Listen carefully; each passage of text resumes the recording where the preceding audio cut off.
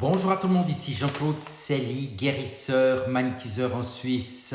Aujourd'hui, nous allons parler du destin exceptionnel de Maria Valtorta qui naquit le 14 mars 1897. Mais tout d'abord, êtes-vous bien abonné à ma chaîne YouTube car cela me permet de vous donner d'excellentes énergies. Cela vous permet de découvrir de nombreux sujets. Merci aussi de liker et de partager ma vidéo. Et sous cette dernière, vous trouverez des liens utiles comme mon site internet ainsi qu'un numéro de téléphone pour me contacter. Sans plus tarder, nous allons parler de Maria Valtorta, naquit à Caserta le 14 mars 1897 de parents lombards. Son père, Giuseppe Valtorta, né à Mantoue en 1862, était adjudant-chef armurier dans le 19e régiment de cavalerie légère. Bon et conciliant, il sera très affectueux avec sa fille unique. Sa mère, Iside Fioravanti, née à Crémone en 1861, avait été professeure de français.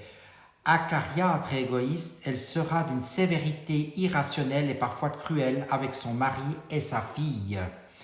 Maria, qui faillit mourir à sa naissance, fut confiée à une nourrice aux mœurs légères. À 18 mois, suivant sa famille, qui dépendait des déplacements du régiment, la petite se retrouva à Faenza. Elle quitta la chaleur torride du sud à laquelle on attribue ainsi qu'au lait de sa nourrice son caractère passionné pour se retrouver dans le climat tempéré des régions du Nord. Les déplacements successifs à Milan, à Voghera rythmèrent les étapes de sa croissance et de sa formation culturelle et religieuse où elle manifesta un fort tempérament, de grandes capacités intellectuelles et une profonde sensibilité spirituelle. Elle acheva ses études au prestigieux collège Bianconi de Monza, qui pour elle fut un havre de paix pendant 4 ans, au terme duquel elle comprit que sa vie spirituelle serait tournée vers Dieu.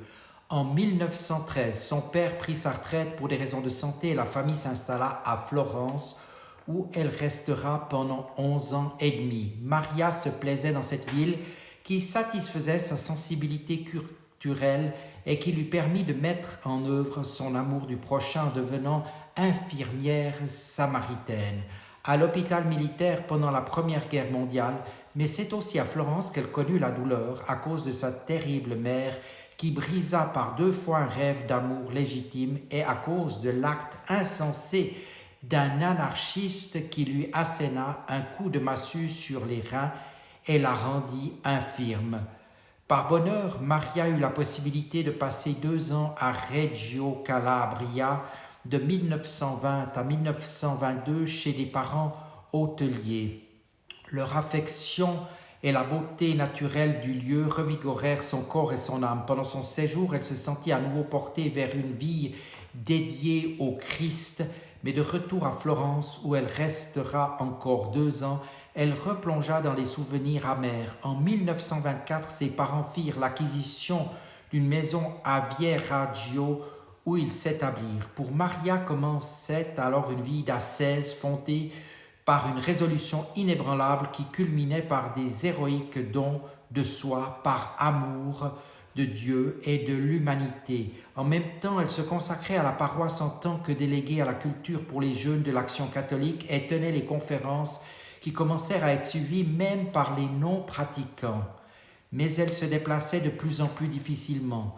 Le 4 janvier 1933, chez elle, pour la dernière fois avec une fatigue extrême, et à partir du 1er avril 1934, elle ne quitta plus le lit.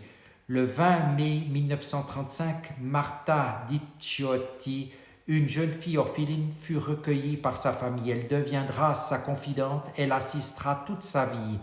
1 mois après, le 30 juin, son père tant aimé s'éteignit et Maria faillit mourir de chagrin. Sa mère, qu'elle a toujours aimée par devoir naturel et par sentiment surnaturel, mourra le 4 octobre 1943 sans avoir jamais cessé de tourmenter sa fille.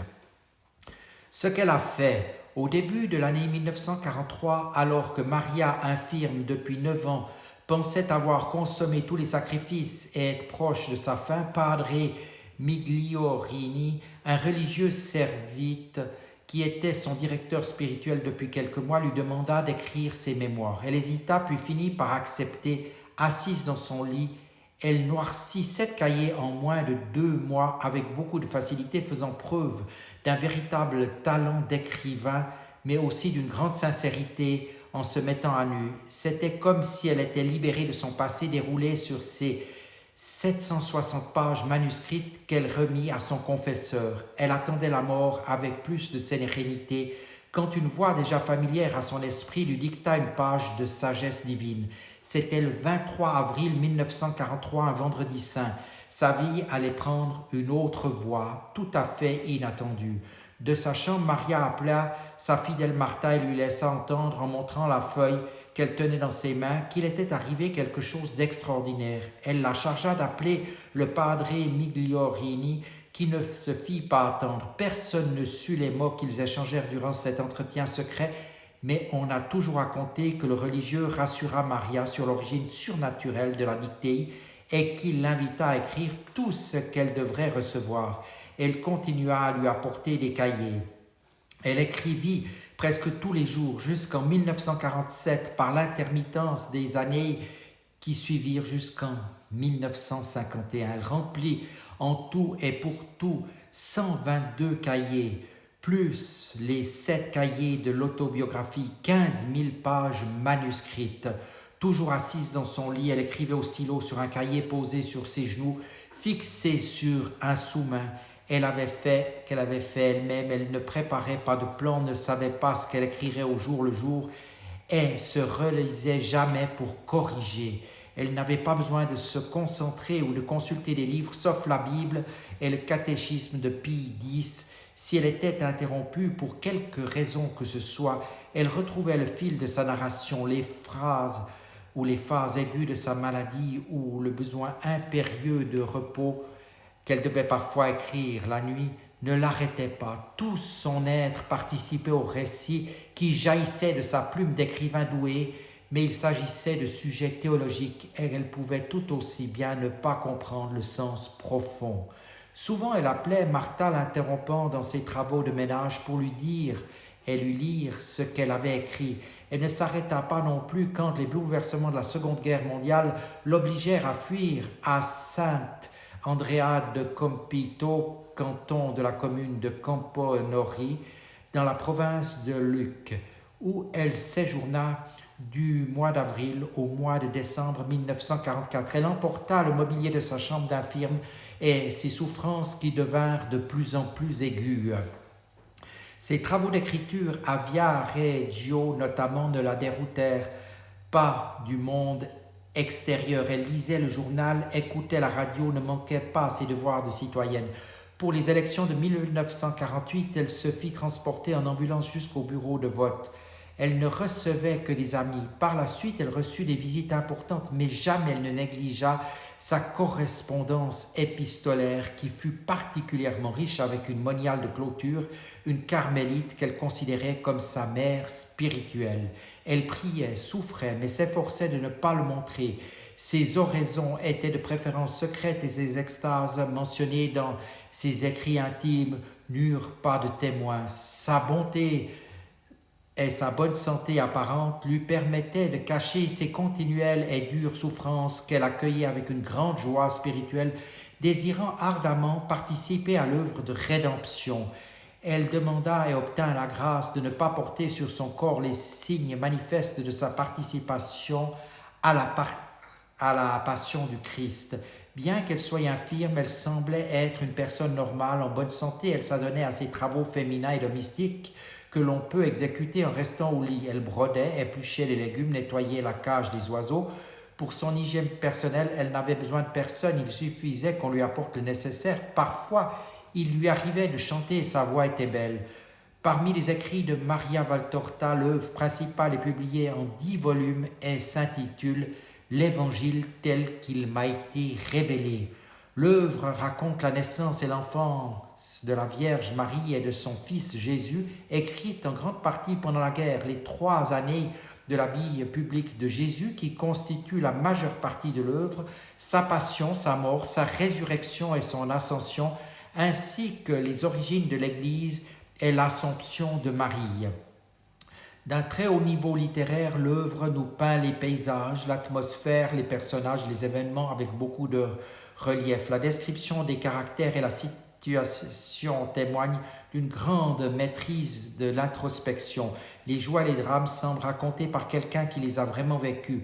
Elle nous informe sur le contexte, les coutumes, les rites et la culture d'une époque avec des détails qui sont irréprochables.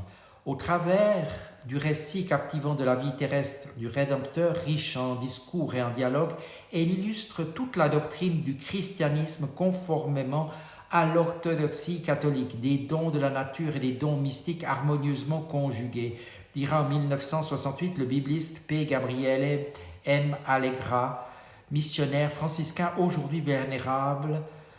On produit ce chef-d'œuvre de la littérature religieuse italienne et peut-être faudra-t-il dire de la littérature chrétienne mondiale.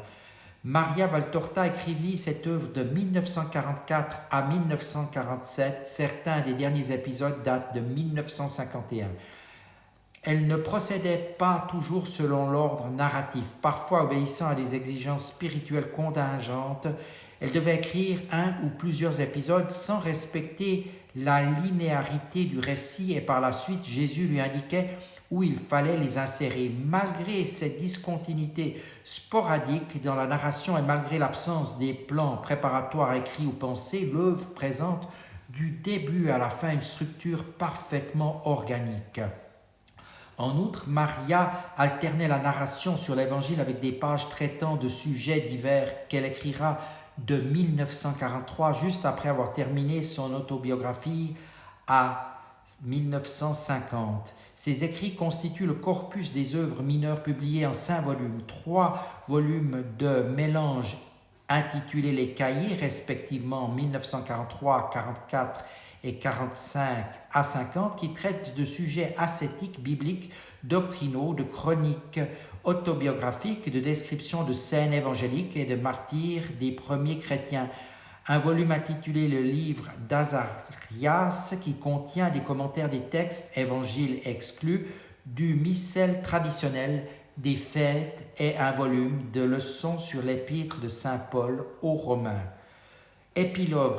Quand elle eut terminé son œuvre majeure, celle qui est publiée en 10 volumes sous le titre de l'Évangile tel qu'il m'a été révélé, Maria Valtorta éprouva la nostalgie de son Seigneur, croyant ne jamais plus le revoir. C'est alors qu'il vint la consoler par une promesse « Je viendrai toujours pour toi seulement, et ce sera toujours plus doux, car je serai tout à toi, je t'emmènerai plus haut dans les pures sphères de la plus pure contemplation. À partir de ce jour, tu seras toute contemplation, je te ferai oublier le monde dans mon amour. » C'était le 14 mars 1947, le jour de son 50e anniversaire. Quelques années auparavant, le 12 septembre 1944, Jésus lui avait annoncé une mort extatique. « Combien tu seras heureuse quand tu t'apercevras que tu es dans mon monde pour toujours et que tu y es venu, quittant ton pauvre monde sans même t'en apercevoir, en passant de la vision à la réalité, comme un enfant qui rêve de sa mère et se réveille dans les bras de sa mère contre son cœur. Ainsi je ferai pour toi. » En effet, pendant l'été 1956, quand après des années d'attente, son éditeur lui envoya l'épais premier volume publié de son œuvre, le premier des 4 gros tomes prévus pour cette laborieuse édition intitulée Le poème de Jésus, sans le nom de l'auteur qui tenait à rester anonyme de son vivant, Maria le considéra avec indifférence et déposa sur le lit comme si cela ne la concernait pas. Ce fut le premier signe que son détachement du monde, qui ne fit que s'accroître avec le temps jusqu'à devenir incommunicabilité, douce apathie, abandon total, sans que la vivacité de son regard et la sérénité de son expression ne s'altérât. Durant les dernières années de sa vie, elle ne fit plus rien, ne mangeait que si on lui mettait la nourriture dans la bouche, ne parlait que pour répéter les derniers mots de la phrase qu'on lui adressait. De temps en temps, elle s'exclamait « Qu'y a-t-il un beau soleil ici et rien d'autre ?» Elle aurait dû hurler de douleur selon son médecin traitant. et de rares occasions bien particulières, elle redevint lucide et dit des choses sensées, pertinentes, prophétiques, mais l'instant d'après, elle s'abîmait de nouveau dans l'oubli. Elle s'éteignit le jeudi 12 octobre 1961 par une matinée radieuse, comme si elle obéissait aux paroles du prêtre qui lui récitait la prière des mourants. Quitte ce monde, âme chrétienne. Elle avait 64 ans et était restée au lit pendant 27 ans et demi. 12 ans après, le 2 juillet 1973, la dépouille mortelle de Maria Valtorta, transférée du cimetière de la Miséricorde de Viareggio, fut ensevelie à Florence dans une chapelle du cloître de la basilique de la très sainte Annunziata. Voilà une bien belle histoire et je vous recommande naturellement de lire ces ouvrages qui sont très passionnants et qui retracent très précisément toute la vie du Christ. Merci de votre attention et à tout bientôt.